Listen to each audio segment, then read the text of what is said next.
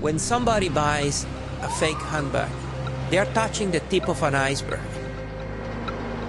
For 10 years, Dr. Moises Naim, the editor of Foreign Policy magazine, has been investigating illicit trade.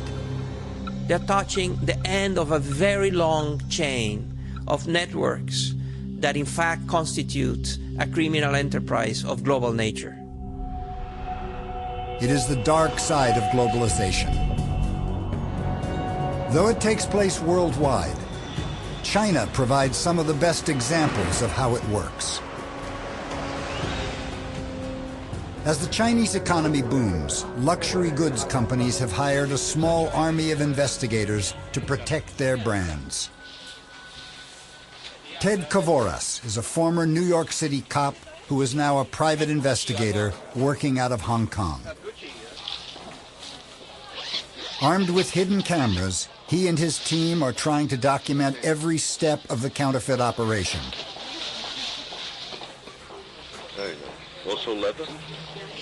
How many bags does she sell a day? I could buy now more bags than she sells in one day. She said sometimes. If they're successful, they'll hand the evidence over to Chinese authorities. Sometimes they just a dozen. 1,000? Ted and his agent pose as tourists, the kind eager for a bargain and a certain thrill you don't get shopping at the mall. Ted doesn't have long to wait before he's picked up by hustlers, also known as touts, on the lookout for trade. What kind like shirt maybe? Louis Vuitton. Louis Vuitton, yeah. And the touts will be some people with some linguistic ability in English or European languages, bring in the clients, talk to them, get the best price they can, squeeze blood from a stone. Louis Vuitton, do you like? How much?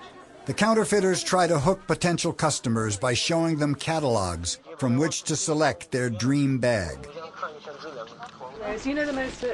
Buyers are looking for the perfect copy of the one they saw in Vogue for $20,000.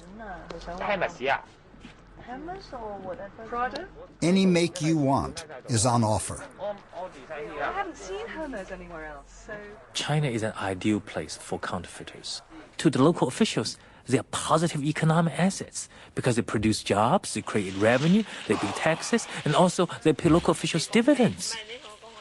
These dividends, or bribes, are an additional cost of doing business.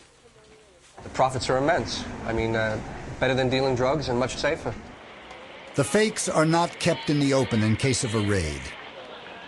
Instead, the hustlers make contact with the nearby warehouse where the bootleg goods are stored. If they think it's safe, they'll bring the buyers. But in a business both lucrative and illegal, they take precautions. Can I see your passport? No, you can't see my passport, but I give you my card.